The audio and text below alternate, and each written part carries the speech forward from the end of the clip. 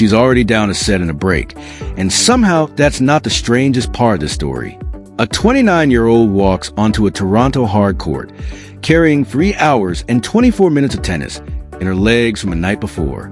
Across the net stands a 21-year-old who just won her first title, then survived a 3-set war with her ankle taped up like she'd been in a car accident. Everyone's already picked a winner. Hot streak versus fading veteran. Rising star versus a woman running out of runway. I want you to hold that story loosely for the next few minutes, because we watched this exact plot before, almost beat for beat, and the ending nobody expected to happen actually happened. Go back to 2009. A retired mother, unranked, walks into the U.S. Open on a wild card. Kim Clijsters hadn't played a Grand Slam in over 2 years. She'd had a baby. By her own account, she was there mostly to enjoy herself. 2 weeks later, she'd beaten Venus Williams, then Serena Williams, then lifted the trophy. Everyone assumed motherhood plus a layoff meant decline.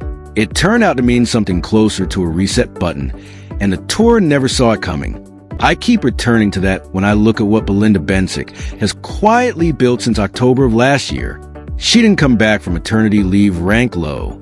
She came back with nothing next to her name at all. By January of 2025, she was sitting outside the top 400 in the world.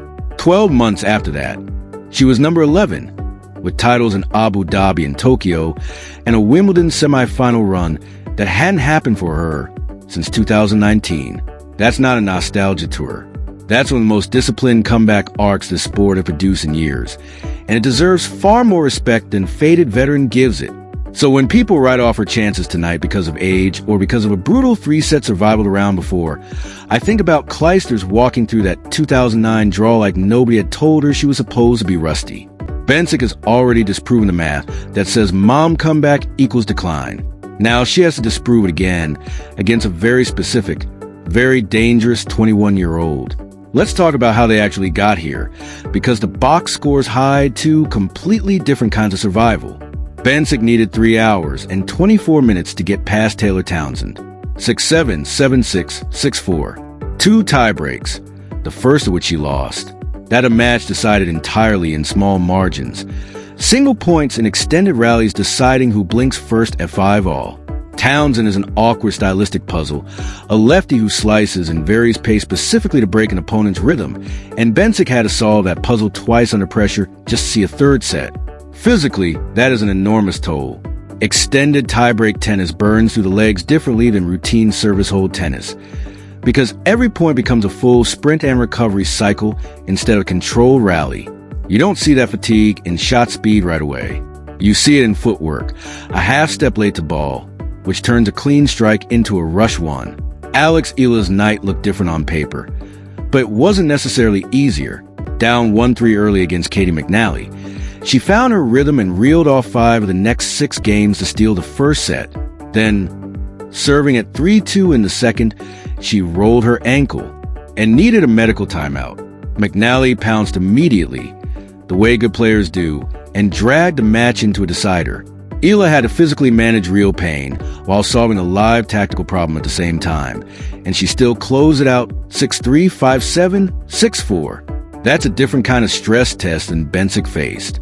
Less about accumulated fatigue over 3+ hours, more about a single physical scare. She had to compartmentalize mid-match and refused to let define the outcome. Here's where I want to reframe the whole conversation, because there's something sitting underneath both of these matches that nobody's connecting yet. Bencic's marathon against Townsend wasn't just a long match. It was a match decided by 2 tiebreaks against a player whose entire game plan is built to drag opponents into exactly that kind of low-rhythm, high-variance tennis. Bencic didn't merely survive Townsend's style.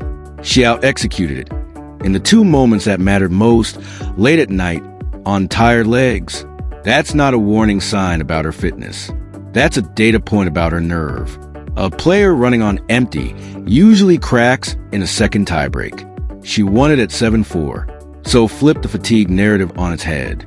The real question tonight isn't whether Bencic's legs hold up, it's whether Eala's ankle does, against a woman who has already proven, in the last 24 hours, that she closes tight sets when everything is on the line. Now, let's get into how these two actually play, because stylistically this is a genuinely fascinating clash, not just a fitness math problem. Bencic hits the ball early. She takes on the rise more than almost anyone left in this draw, flattening her backhand out and redirecting pace down the line before her opponent can reset court position. It's an old-school compact swing, built for taking time away rather than generating raw spin. Eala, meanwhile, hits heavy. Her forehand carries real topspin loft, the kind that pushes returners back a step and buys her time to reset the point. Against flatter, more conventional ball strikers, that spin usually gives her control. Against someone who specifically hunts the ball early, before that topspin has a chance to climb into an awkward strike zone, that's a very different problem to solve. Picture two boxers. One wants distance and looping shots to set up power.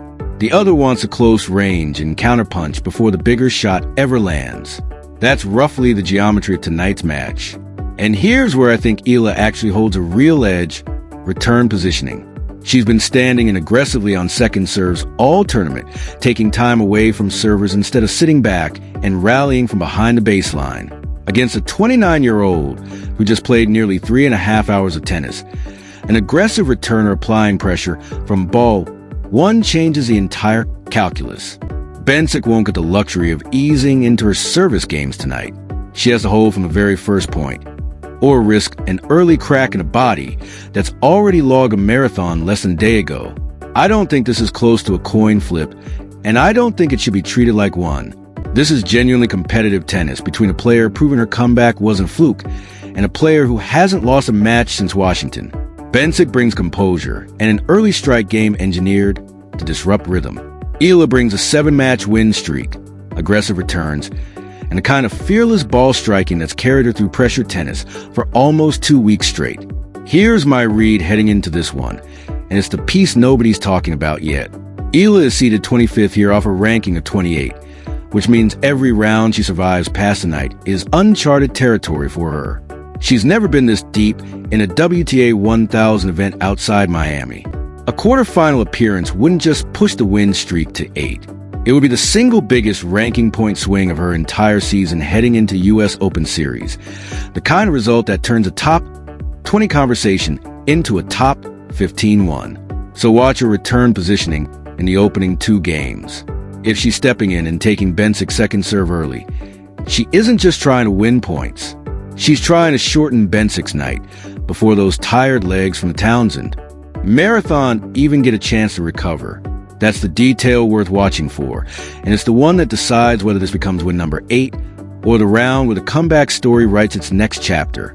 There's another layer here that matters more than people realize, and it's about how each of them handles pressure points specifically, not just sets. Eala's breakpoint conversion through this tournament has been built almost entirely on patience, not power. She doesn't reach for the highlight reel winner on the first look. She works the point one shot deeper, drags her opponent half a step wider, then takes the sharper angle once the court actually opens up. That's a mature approach for someone this early in a WTA 1000 run, and it's part why she was able to come back from 1-3 down in an earlier round instead of pressing and making things worse. Bencic's breakpoint instincts are almost the opposite. She goes flatter and faster under pressure, not more conservative.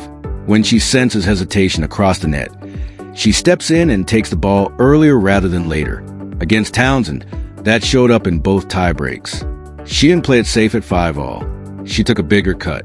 That's either fearlessness or fatigue-driven simplification, and honestly, it's probably both, because when your legs are tired, hitting flat and early is also just less running. And here's the wrinkle underneath all of it. Eala's patient. Point-building style works beautifully against someone who wants to rally from the back of the court. It works far less well against someone actively trying to shorten the point before that patience ever pays off. If Bencic keeps stealing time away early in rallies, Eala won't get the extra shot she needs to open her angle. She'll have to adjust on the fly and hit through traffic instead of around it, which isn't a strength she's shown much of yet on tour. There's one more thing sitting quietly underneath all of this that nobody's putting into words. This is Eala's first WTA 1000 fourth round outside Miami. First time this deep, this far from home comfort, against a former world number 4 who has already reached a Grand Slam semifinal this year. Bencic has been here before. Eala hasn't. That gap in big match experience doesn't show up anywhere on a stat sheet. It shows up in the second set of a close match, right around 4-all, when the safe shot suddenly starts looking a lot more tempting than the aggressive one. Whichever way tonight breaks, one of these two stories gets rewritten. Either the comeback that started outside the top 400 keeps climbing straight through a 7-match winning streak, or the winning streak survives its first real test against someone who has already proven, twice over, that she doesn't fold when the legs get heavy. Watch the first 2 return games. That's where this whole match actually gets decided.